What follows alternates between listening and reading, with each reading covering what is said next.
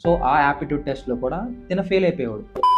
మీకు ఒక interesting BTech student ఒకళ్ళ కథ చెప్తాను. సో చాలా బాగుంటుంది. వీడియో లాస్ట్ దాకా చూడండి. సో ఈ స్టూడెంట్ ఏంటంటే తన బీటెక్ చదువుతున్నప్పుడు ప్రతి సెమ్‌లో పాస్ అయితే అయిపోయేవాడు. వితౌట్ సప్లీతో ఆల్ సబ్జెక్ట్స్ అయితే క్లియర్ చేసేవాడు. బట్ ఏంటంటే లాస్ట్ ఇయర్ ఫైనల్ ఇయర్‌కి వచ్చేసరికి కంపెనీస్ అన్నవి కాలేజ్‌కి రావడం స్టార్ట్ అయింది. కంపెనీస్ స్టార్టింగ్ ఎగ్జామ్ అనేది యాప్టిట్యూడ్ పెడతారు కదా! సో ఆ యాప్టిట్యూడ్ టెస్ట్‌లో కూడా తిన ఫెయిల్ అయిపోయేవాడు. అలా చాలా ఒక 10-15 కంపెనీస్ వరకు ఫస్ట్ రౌండ్‌లోనే యాప్టిట్యూడ్ టెస్ట్‌లో ఫెయిల్ అయిపోయాడు. లాస్ట్ ఏదో ఒక కంపెనీకి టీఆర్ రౌండ్‌కి అయితే ఎళ్ళాడు. బట్ ఏందంటే అక్కడ కూడా తనకి కోడింగ్ రాదు, జీరో నాలెడ్జ్.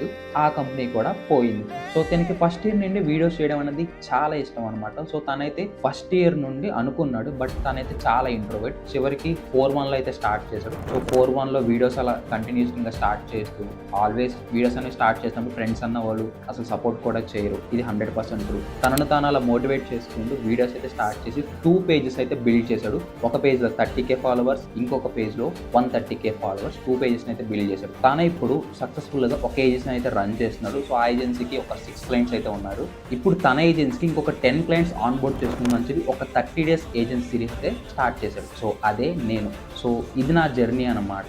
నేనైతే బీటెక్ లేదా సీఎస్ఈ తీసుకొని డిజిటల్ మార్కెటింగ్ ఏజెన్సీ స్టార్ట్ చేసి క్లయింట్స్‌కి అయితే వర్క్ అయితే ప్రొవైడ్ చేస్తున్నాను. సో నెక్స్ట్ 30 డేస్‌లో నేనైతే 10 క్లయింట్స్ ఆన్ బోర్డ్ చేసుకోవడానికి ఈ సిరీస్ అయితే స్టార్ట్ చేస్తాను. సో రేపు డే 2లో అయితే కలుద్దాం.